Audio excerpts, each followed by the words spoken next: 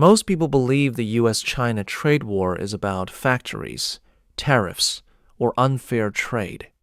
But what if tariffs are only the visible smoke, while the real fire burns somewhere else? Because history shows that empires rarely fight to protect products. They fight to protect the system that keeps their power alive. And today, that system may be centered on something far more valuable than trade itself: global trust. For decades, the world has explained the US-China trade war in simple economic terms. China manufactures too much. America imports too much. Factories move overseas. Jobs disappear. Governments respond with tariffs, export controls, and political pressure. From the outside, it looks like a conflict over who produces more goods and who captures a larger share of global trade. That explanation isn't wrong. It is simply incomplete. Because history has shown that the world's greatest powers rarely engage in prolonged strategic competition over products alone. Products create profits, but systems create power. The nation that defines how capital flows, how trade is settled, how technology spreads, and where investors place their confidence gains influence far beyond the value of anything it manufactures. This is why the conflict between Washington and Beijing has steadily expanded beyond tariffs. It now reaches semiconductors, artificial intelligence, rare earth minerals, financial sanctions, payment networks, and even the architecture of global supply chains. These battles may appear unrelated, but they all point toward the same invisible question: who will define the operating system of the global economy in the decades ahead? The real conflict is not about reducing a trade deficit. It is about preserving a system. Many people assume the United States is trying to protect the dollar because it is the world's reserve currency. In reality, the relationship runs in the opposite direction. The dollar is powerful because it sits at the center of a global system built on trust, capital, technology, financial markets, and institutions that much of the world continues to rely on. If that system weakens, the dollar weakens with it. That is why tariffs, semiconductor restrictions, investment controls, and supply chain realignment should not be viewed as isolated policies. They are different moves in the same strategic game, protecting the ecosystem that keeps the dollar indispensable. Because once the world no longer needs your system, it will eventually stop needing your currency. This is Mind Over System, where we break down the hidden systems and invisible rules that shape economies, power, and ultimately, the choices that influence every one of our lives. Imagine walking into a country where nobody speaks your language. Even if you carry a pocket full of cash, that money means very little if no one is willing to accept it. Money has value only because enough people agree that it does. The same principle applies to the US dollar. Many people assume the dollar dominates the global economy simply because the United States says so. But no country, not even the world's largest economy, can force billions of people to voluntarily use its currency for decades.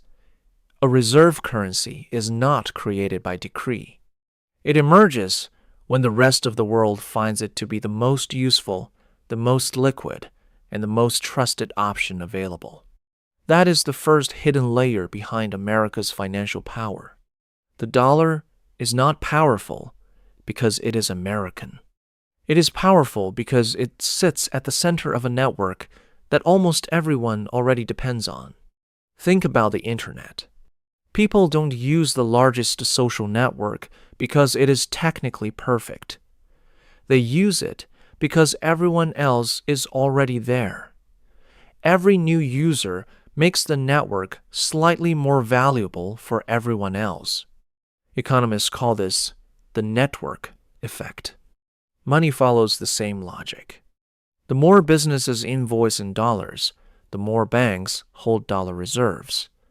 The more banks hold dollar reserves, the easier international trade becomes. The easier trade becomes, the more investors buy dollar-denominated assets, and the more capital flows into American financial markets, the stronger global confidence in the dollar becomes. Each participant reinforces every other participant. It is a self-reinforcing system. Over time, this network expanded far beyond currency itself. Global commodities such as oil are largely priced in dollars. International loans are frequently issued in dollars. Central banks maintain significant dollar reserves. Investors seeking safety often purchase U.S. Treasury bonds. Multinational corporations report earnings, raise capital, and manage risks within financial markets that remain deeply connected to the United States. The dollar is only the visible symbol. The real source of power is the invisible network connecting governments, banks, corporations, investors, legal institutions, payment systems, and capital markets into a single ecosystem. This distinction changes everything. Because once you understand that the network creates the currency, not the other way around, you begin to see the trade war differently. If another nation gradually attracts manufacturing, technology, capital, innovation, and global confidence toward its own ecosystem, the threat is no longer limited to exports. The threat is that the network itself may begin to shift. And once the network starts moving, currencies often move with it. That is why America is not merely protecting the dollar. It is protecting the ecosystem that makes the dollar indispensable. If the first mechanism explains why the dollar became powerful, the second explains why tariffs alone could never protect it. Because currencies don't dominate the world. Systems of production do. Systems of innovation do. Systems of capital allocation do. The biggest misconception about the U.S.-China trade war is believing that America is trying to stop Chinese products. It isn't. At least, that isn't the strategic objective. The real objective is to prevent critical parts of the global economy from gradually reorganizing around a different center of gravity. History offers a simple lesson. Every dominant currency has rested on an equally dominant economic system. The Dutch guilder rose alongside Dutch maritime trade. The British pound became global during Britain's Industrial Revolution and naval supremacy. The U.S. dollar expanded with America's manufacturing boom after World War II, its technological leadership, its deep financial markets, and institutions that investors around the world trusted. Notice the pattern. Currencies follow productive power, not the other way around. That is why the current competition extends far beyond trade statistics. When the United States restricts advanced semiconductor exports, it is not merely limiting the sale of computer chips. It is protecting the technologies that will define the next generation of economic productivity. When Washington encourages companies to diversify supply chains away from China, it is not simply relocating factories. It is influencing where future investment, engineering talent, intellectual property, and industrial capabilities will accumulate. And when the United States tightens investment rules around strategic industries, it is not only responding to national security concerns, it is deciding where tomorrow's capital should help build the future. These policies often appear disconnected. Tariffs, export controls, investment screening, industrial subsidies, technology restrictions. Each seems to belong to a different political debate. But viewed as a system, They reveal the same strategic logic. Every major economy runs on three essential flows: the flow of goods, the flow of technology, and the flow of capital. Goods generate income. Technology determines who creates the highest value products. Capital decides where tomorrow's industries will be built. Control these three flows, and you influence where economic gravity forms. Economic gravity, in turn, attracts businesses. Businesses attract investment. Investment attracts talent. Talent creates innovation. Innovation generates higher productivity. Higher productivity produces stronger companies and deeper financial markets. And those financial markets attract even more global capital. Eventually, that capital strengthens confidence in the country's currency. This is why the relationship between trade and the dollar is far less direct than many people imagine. America is not trying to save its currency by taxing imports. America is trying to preserve the conditions that make global investors continue choosing American assets, American markets, and American institutions. Because investors do not buy dollars out of patriotism. They buy access to opportunity. They buy access to liquidity. They buy access to the world's deepest capital markets. Most importantly, they buy confidence in a system they believe will continue generating value decades into the future. That is also why the technology race has become inseparable from the financial race. Artificial intelligence, advanced semiconductors, cloud infrastructure, biotechnology, quantum computing. These are not simply industries competing for profits. They are the engines expected to produce the next wave of global wealth. Whichever country leads these industries is likely to attract disproportionate amounts of global investment. And wherever investment concentrates, financial influence usually follows. From that perspective, the trade war is only one battlefield: the technology war, the supply chain war, the investment war, even the competition over industrial policy. They are all connected, not because America is trying to win more exports, but because it is trying to ensure that the world's economic center of gravity continues revolving around its own ecosystem. Only then can the network described earlier remain intact. And only then does the dollar continue to occupy the position it has held for generations.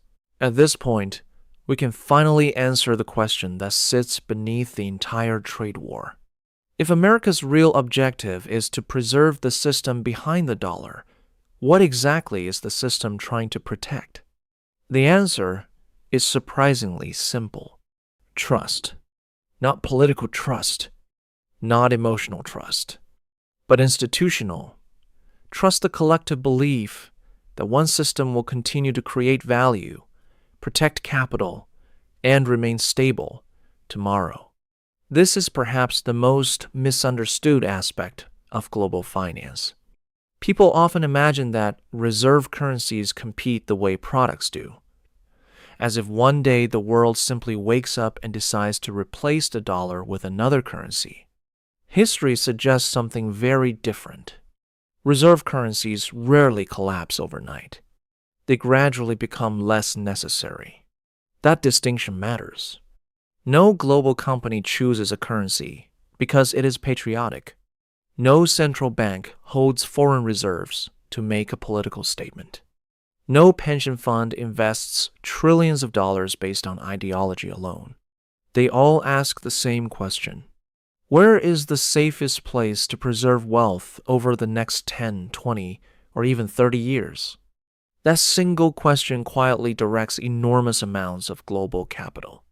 And capital has a remarkable habit. It follows trust. For decades, the United States has benefited from this dynamic. Its financial markets became the deepest in the world. Its legal system offered relatively strong protection for investors. Its treasury market became the benchmark for global safety. Its universities attracted exceptional talent. Its technology companies led wave after wave of innovation. Even during periods of global crisis, investors often responded by buying more American assets instead of fewer. This created an extraordinary feedback loop. Trust attracted capital. Capital funded innovation. Innovation strengthened economic leadership. Economic leadership reinforced confidence. And renewed confidence brought even more capital back into the system. The dollar was never operating alone. It was simply the currency sitting at the center of that self-reinforcing cycle. This is also why the growing discussion around de-dollarization deserves a more careful perspective. Yes, more countries are exploring trade in local currencies. Yes, central banks have increased gold purchases in recent years. Yes, China has expanded the international use of the renminbi, while various countries continue experimenting with alternative payment arrangements outside the traditional dollar-based infrastructure. These developments are real, but they do not automatically mean the dollar is about to lose its position. Because replacing a reserve currency requires replacing the ecosystem behind it.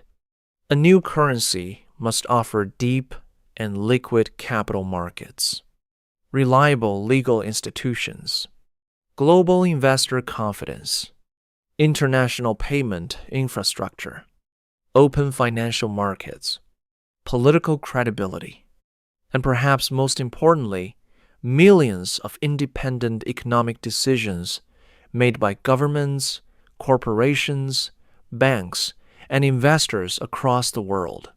Trust cannot be legislated. It must be accumulated over decades. That is why history rarely witnesses a sudden transfer of monetary leadership. Power usually shifts long before currencies do. Production moves first. Technology follows. Capital gradually reallocates. Institutions adapt. Trust slowly migrates. Only then do currencies begin to reflect the new reality. Seen through this lens, the U.S.-China trade war looks fundamentally different. It is not simply a contest over exports, nor is it merely an attempt to defend the dollar. It is a competition over where the world's future confidence will reside. Because every empire eventually discovers the same truth. People do not follow a currency. They follow the system they believe will shape tomorrow. And wherever that trust ultimately settles, money almost always follows. This perspective becomes more convincing when we look beyond political headlines and observe long-term global trends. Over the past decade, the rivalry between the United States and China has steadily expanded from tariffs into technology, finance, investment, and strategic supply chains. Export restrictions on advanced semiconductors, tighter screening of outbound investment, industrial policies designed to strengthen domestic manufacturing, and efforts to diversify production away from a single country all point toward the same pattern. The competition is no longer confined to trade balances. It is increasingly about shaping the architecture of the global economy. At the same time, many countries have sought greater flexibility by increasing the use of local currencies in bilateral trade, expanding their gold reserves, or experimenting with alternative payment arrangements. Yet despite these changes, the dollar continues to dominate global finance because the broader ecosystem surrounding it, from capital markets to financial institutions and investor confidence, remains unmatched in both depth and scale. The evidence suggests that neither side is fighting over today's trade figures. They are competing over tomorrow's financial gravity. Imagine two executives making decisions on the same day. The first is the CEO of a global electronics company. Rising tariffs, geopolitical uncertainty, and export restrictions have made manufacturing in one location increasingly risky. After months of analysis, the company begins expanding production into countries like Vietnam, India, and Mexico. To the public, it looks like a simple supply chain adjustment. But behind that decision, something much larger is happening. Factories are moving. Engineers are relocating. Suppliers are rebuilding networks. Investment is flowing into new industrial hubs. One business decision quietly reshapes the geography of future economic growth. Thousands of miles away, a portfolio manager at a global pension fund faces a different choice. Political tensions dominate the headlines. Yet when the fund evaluates where to place hundreds of billions of dollars, it still finds that no other market offers the same combination of liquidity, legal protections, financial depth, and investment opportunities as the United States. So the capital stays. Not because the world has become less uncertain, but because uncertainty often makes trust even more valuable. These two decisions appear completely unrelated. One concerns factories, the other concerns finance, yet both are responding to the same invisible force. Neither executive is choosing a country out of loyalty. They're choosing the system they believe will remain resilient long after today's headlines disappear. And when millions of decisions like these accumulate across governments, corporations, banks, and investors, they do far more than shape trade. They determine where the world's economic center of gravity will ultimately reside. This is why the U.S.-China trade war should not be understood as an isolated conflict between two nations. It is a sign that the global system itself is entering a period of transition. For nearly 80 years, much of the world's economy operated around a single center of gravity. Capital largely flowed through the same financial markets. International trade relied on the same dominant currency. The rules of global finance were shaped by many of the same institutions. That period created remarkable efficiency, but it also created a concentration. Today, that concentration is being questioned, not because the existing system has suddenly failed, but because more countries now possess the economic scale, technological capability, and political ambition to build alternatives. This is where the stakes become far larger than tariffs or trade deficits. If supply chains become fragmented, if technology ecosystems split into competing standards, if payment infrastructures evolve in different directions, if capital begins dividing across multiple financial centers, the world may not simply experience a different balance of power. It may begin operating under multiple economic operating systems at the same time. History suggests that transitions like these are rarely smooth. The shift from Dutch financial dominance to British leadership took decades. The transition from the British pound to the US dollar unfolded across 2 world wars and profound geopolitical change. Monetary leadership has never changed because someone announced a new currency. It changed because the underlying balance of productive power, innovation, and global confidence had already moved. That is why the most important question today is not whether the dollar will survive, nor is it whether China will replace the United States. Those questions are too simplistic. The deeper question is whether the foundations of global trust are beginning to diversify. Because if trust no longer concentrates in one system, neither will capital. And if capital no longer concentrates in one system, the world may gradually move from a single financial center to a genuinely multipolar economic order. That transformation, if it continues, would reshape far more than trade. It would redefine how power itself is organized in the 21st century. Perhaps the greatest misunderstanding about global power is believing that money creates influence. History suggests the opposite. Influence creates money. No empire became dominant because its currency was stronger than everyone else's. Its currency became stronger because the world gradually trusted the system behind it more than any alternative. That trust was earned through productive capacity, technological leadership, financial institutions, legal credibility, military security, and the expectation that tomorrow would look more stable than anywhere else. The currency simply became the language through which that trust was exchanged. This is why every great power eventually faces the same challenge. It is not defending pieces of paper. It is defending the confidence that gives those pieces of paper meaning. And confidence is unlike territory or natural resources. It cannot be conquered overnight.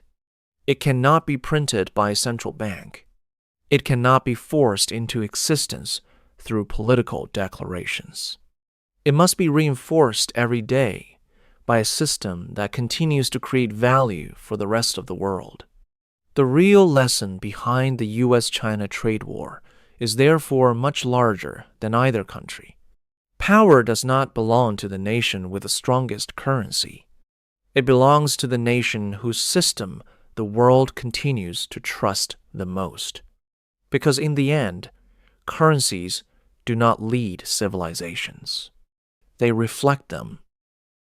The future of the global economy will not be decided by a single tariff, a single election, or a single summit between world leaders. History rarely changes that way. Instead, it shifts through countless decisions made over many years where companies choose to invest, where innovators choose to build, where capital chooses to flow, and ultimately, where people choose to place their trust. That is why understanding today's trade war is not about predicting whether America or China will win. It is about recognizing that every major geopolitical conflict has an invisible layer beneath the headlines. When you learn to see that layer, you stop viewing currencies as pieces of paper, tariffs as isolated policies, or trade as merely an exchange of goods. You begin to see them for what they truly are: signals of a much larger system, constantly competing to earn and keep the world's confidence.